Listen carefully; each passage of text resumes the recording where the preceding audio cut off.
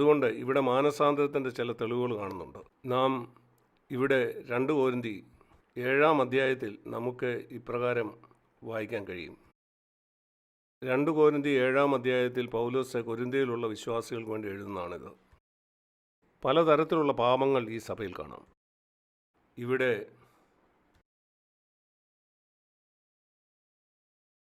വളരെ ശക്തമായ ഭാഷയിൽ അവരുടെ പാപത്തെ അവൻ തിരുത്തുന്നത് നമുക്ക് കാണാൻ കഴിയും. കുറച്ച് നാളുകൾക്ക് ശേഷം, ഒരു വർഷത്തിന് ശേഷം അവൻ 2 കൊരിന്തി എഴുതി. 1 കൊരിന്തിയിലാണ് പൗലോസ് അവരെ ശാസിക്കുന്നത്. അവരത് ഗൗരവത്തിലെടുത്തു. അവരത് ശ്രദ്ധിക്കുകയും വളരെ ഗൗരവത്തിലെടുക്കുകയും ചെയ്തു. ഇവിടെ ഇപ്പോഴെനിക്ക് സന്തോഷമുണ്ടെന്ന് 2 കൊരിന്തി 7:9 അവൻ പറയുന്നു. അവൻ സന്തോഷിച്ച് അവർക്കുണ്ടായ ദുഃഖം അവരിൽ മാനസാന്തരം ഉളവാക്കിയതുകൊണ്ടാണ്. 10-ാം വാക്യത്തിൽ അതുകൊണ്ട് എന്താ സംഭവിച്ചതെന്ന് നമുക്ക് കാണാം. ദൈവഹിത പ്രകാരമുള്ള ദുഃഖം അനുതാപം വരാത്ത മാനസാന്തരത്തെ രക്ഷയ്ക്കായി ഉളവാക്കുന്നു എന്ന് നാം അറിയുന്നു. അതിനർത്ഥം ദുഃഖം വരാത്ത ഒരു മാനസാന്തരമുണ്ട്,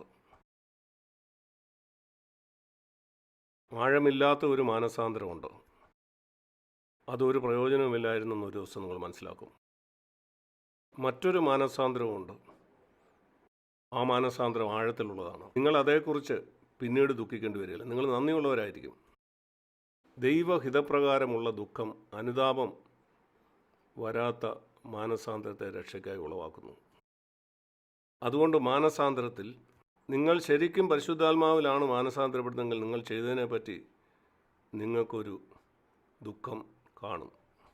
നിങ്ങൾ ചെയ്ത ഒരു കാര്യമാകാം, പറഞ്ഞതാകാം, ഒരുപക്ഷെ നിങ്ങളുടെ മനോഭാവത്തിൽ. നിങ്ങളുടെ മാനസാന്തരത്തിൽ ആ ദുഃഖം ഇല്ലെങ്കിൽ നിങ്ങൾ ശരിക്കും മാനസാന്തരപ്പെട്ടില്ലെന്ന് നിങ്ങൾ മനസ്സിലാക്കണം. വെറുതെ ചിലർ പറയുന്ന പോലെ എന്നോട് ക്ഷമിക്കണം എന്ന് അനേകർ പറയുമ്പം അവരാ പറയുന്ന കാര്യത്തിൽ ഒരു ദുഃഖം ഇല്ല. ഒരാളെ ഞാൻ മുറിപ്പെടുത്തിയാൽ ഒരു മാന്യമായ കാര്യമാണ് അങ്ങനെ പറയുന്നത്. നിങ്ങളറിയാതെ അവൻ്റെ കാലിൽ ചവിട്ടി നിങ്ങൾ പറയുന്നു എന്നോട് ക്ഷമിക്കണം. ഞാൻ പറയാറുണ്ട്, ഭാര്യമാരും ഭർത്താക്കന്മാരും അവർ തമ്മിൽ പരസ്പരം മുറിപ്പെടുത്തിയാൽ അവരതിന് ക്ഷമ ചോദിക്കണമെന്ന്.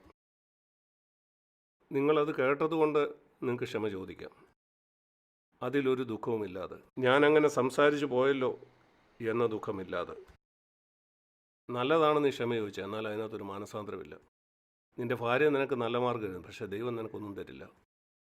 കാരണം ആ മാനസാന്തരത്തിൽ ഒരു ദുഃഖമില്ലായിരുന്നു. ഇത് വളരെ വളരെ പ്രധാനപ്പെട്ടതാണ്. 10-ാം വാക്യത്തിൽ നാം വായിക്കുന്നത് ദൈവഹിതപ്രകാരമുള്ള ദുഃഖം അനുതാപം വരാത്ത മാനസാന്തരത്തെ രക്ഷയ്ക്കായി ഉളവാക്കുന്നു.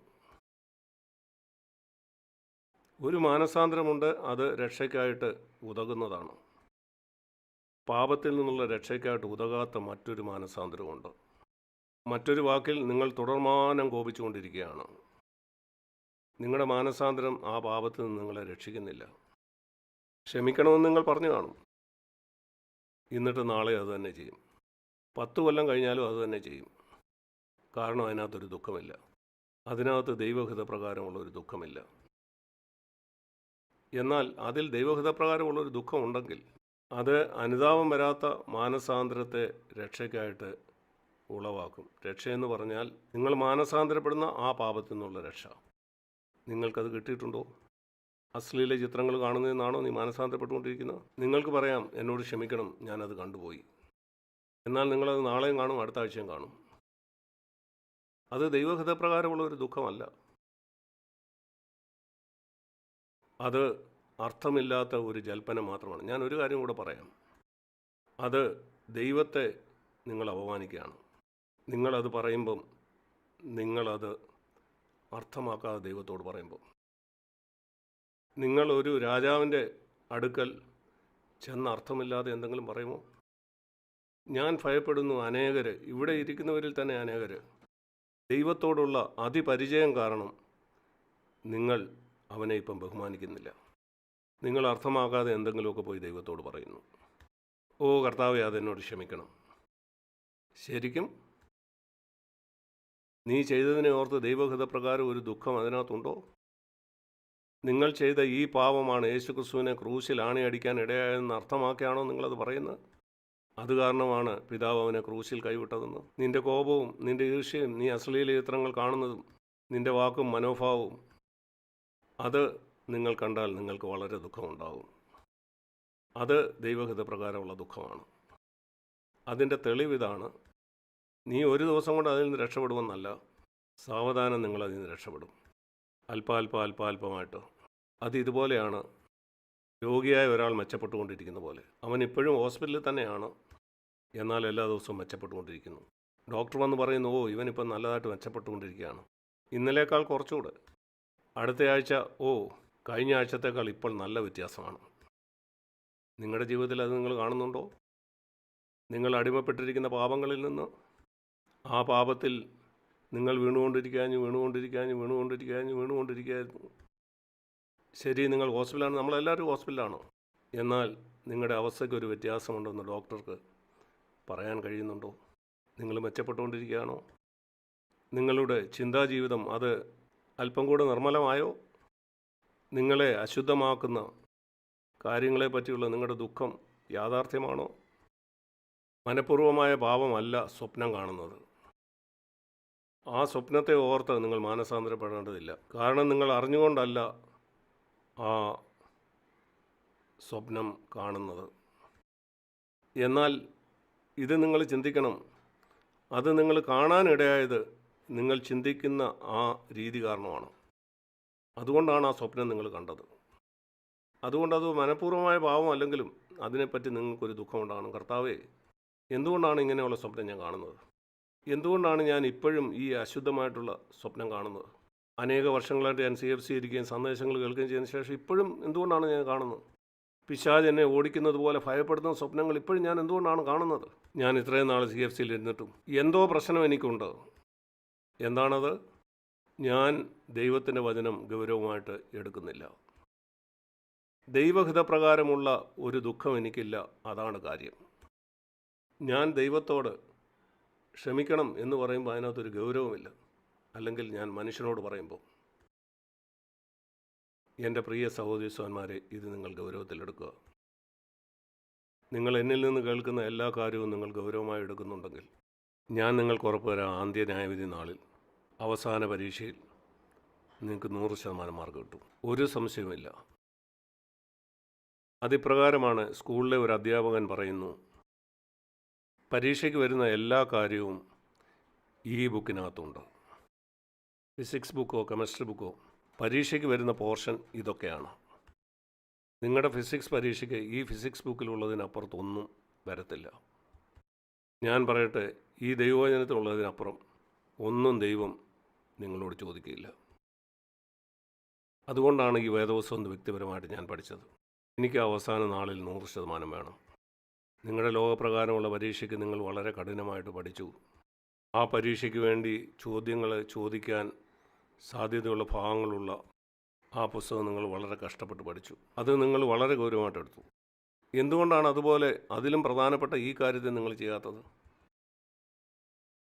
മറ്റുള്ളവർ നിങ്ങൾ വളരെ നല്ലൊരു സഹോദരനോ സഹോദരിയാണെന്ന് ചിന്തിക്കുന്നുണ്ടാകാം. എന്നാൽ ദൈവത്തിന് മുമ്പിൽ അതിനൊരു വിലയുമില്ല. ഈ ലോകത്തിൻ്റെ വിവിധ ഭാഗങ്ങളിലുള്ളവർ എന്നെക്കുറിച്ച് നല്ലത് പറയാറുണ്ട്. ഞാൻ ഒരു മിനിറ്റ് പോലും അതിനെക്കുറിച്ച് ചിന്തിച്ച് പാഴാക്കാറില്ല. കാരണം എനിക്കറിയാം, എൻ്റെ ജീവിതത്തിൻ്റെ 10% പോലും അവർക്കറിയില്ല. ഈ ലോകത്തിലുള്ള ആളുകളെക്കാൾ കൂടുതൽ നിങ്ങൾക്ക് എന്നെ അറിയാം. എത്ര ശതമാനം നിങ്ങൾക്ക് എന്നെക്കുറിച്ച് അറിയാം? നിങ്ങളിൽ ചിലർക്ക് 30-40 കൊല്ലമായിട്ട് എന്നെ അറിയാം. നിങ്ങൾക്കറിയാമോ എൻ്റെ ഭാര്യയോട് ഞാൻ വീട്ടിൽ എങ്ങനെ സംസാരിക്കുന്നത്? സത്യസന്ധമായിട്ട് പറയാം, നിങ്ങൾക്കറിയില്ല. നിങ്ങൾക്കറിയാമോ ഞാൻ എങ്ങനെയാണ് പണം കൈകാര്യം ചെയ്യുന്നതെന്ന്? 30-40 കൊല്ലം എന്നെ അറിയാവുന്നത് നിങ്ങൾക്കറിയില്ല. ഞാൻ എപ്പോഴും പണത്തെക്കുറിച്ച് ചിന്തിക്കുമ്പോൾ നിങ്ങൾക്കറിയാമോ? നിങ്ങൾക്കറിയില്ല. എന്നെക്കുറിച്ച് നിങ്ങൾക്ക് എന്തറിയാം? 5%. ഞാനെന്തോ ആണെന്ന് നിങ്ങൾ ചിന്തിക്കുന്നു. നിങ്ങൾ എന്നെക്കുറിച്ച് അങ്ങനെ ചിന്തിച്ചുകൊണ്ട് എനിക്കെന്തെങ്കിലും കാര്യമുണ്ടോ? എൻ്റെ ജീവിതത്തിൻ്റെ 95% അറിയാത്ത ഒരാൾ ഞാനൊരു വലിയ ആളാണെന്ന് ചിന്തിക്കുന്നു. അതെത്ര വലിയ ഭോഷത്വമാണ് അതിൽ ആനന്ദിക്കുന്നത്. ഒരു സഹോദരൻ, ഒരു മൂത്ത സഹോദരൻ നിങ്ങളെക്കുറിച്ച് നല്ല കാര്യം പറഞ്ഞാൽ നിങ്ങളതേക്കുറിച്ച് ചിന്തിച്ചുകൊണ്ടിരിക്കുന്നു. മടയന്മാരാകരുത്. ഉണരുക, പറയുക, ദൈവമേ നീ എന്താ എന്നെക്കുറിച്ച് ചിന്തിക്കുന്നത്? നീ എന്നെക്കുറിച്ച് എന്ത് ചിന്തിക്കുന്നു, അത് മാത്രമേ പ്രധാനപ്പെട്ടതായിട്ടുള്ളൂ. ആ മൂത്ത സഹോദരൻ നിന്നെ ഉത്സാഹിപ്പിക്കാനായിട്ട് ചില കാര്യങ്ങൾ പറഞ്ഞ അത്രേ ഉള്ളൂ. ഞാൻ എല്ലാവരെയും ഉത്സാഹിപ്പിക്കാനായിട്ട് ആഗ്രഹിക്കുന്നു. ഞാൻ ചിലരോട് പറയാറുണ്ട്, നിൻ്റെ ഭാര്യയാണ് CFCയിലുള്ള ഏറ്റവും നല്ല സഹോദരി. ഞാൻ വേറൊരാളോടും പറയും, നിൻ്റെ ഭാര്യയാണ് ഏറ്റവും നല്ല ഭാര്യ. ഞാൻ ഉദ്ദേശിക്കുന്ന അവൻ അർഹിക്കുന്ന ഏറ്റവും നല്ല ഭാര്യ. അത് ശരിയാണ്. ഇവൻ അർഹിക്കുന്ന ഏറ്റവും നല്ല ഭാര്യ, അവൻ അർഹിക്കുന്ന ഏറ്റവും നല്ല ഭാര്യ. എനിക്ക് എല്ലാവരോടും പറയാൻ കഴിയും. നീ പകുതി ഹൃദയമുള്ള ഒരാളാണെങ്കിൽ പകുതി ഹൃദയമുള്ള ഒരാൾ, അതാണ് നിനക്ക് അർഹിക്കുന്ന ഭാര്യ. നീ തന്നെ പകുതി ഹൃദയമുള്ളതാണ്, അതിനേക്കാൾ മെച്ചപ്പെട്ട് നിനക്ക് എങ്ങനെ പ്രതീക്ഷിക്കാൻ കഴിയുന്നു? എന്നാൽ നിങ്ങൾ ഗൗരവമുള്ളവനാണെങ്കിൽ നിൻ്റെ പങ്കാളിയെ നിനക്ക് ഗൗരവമുള്ളവനാക്കാൻ കഴിയും. നമുക്ക് അനേകരെ ഉത്സാഹിപ്പിക്കാനായിട്ട് കഴിയും. ഒരു മെഴുകുതിരി അനേക മെഴുകുതിരി കത്തിക്കാനായിട്ട് ഉപയോഗിക്കുന്നത് പോലെ. ഈ സഭയിലുള്ള എല്ലാ സഹോദരി സഹോദരന്മാരെയും ഞാൻ ഉത്സാഹിപ്പിക്കുന്നതാണ്. നിങ്ങൾ മറ്റുള്ളവരെ കത്തിക്കുന്ന ഒരു മെഴുകുതിരി ആയിരിക്കുക. അനേക മെഴുകുതിരികൾ നിന്നിലുള്ള ക്രിസ്തുവിൻ്റെ ജീവനാൽ കത്തുവാൻ ഇടയാകട്ടെ.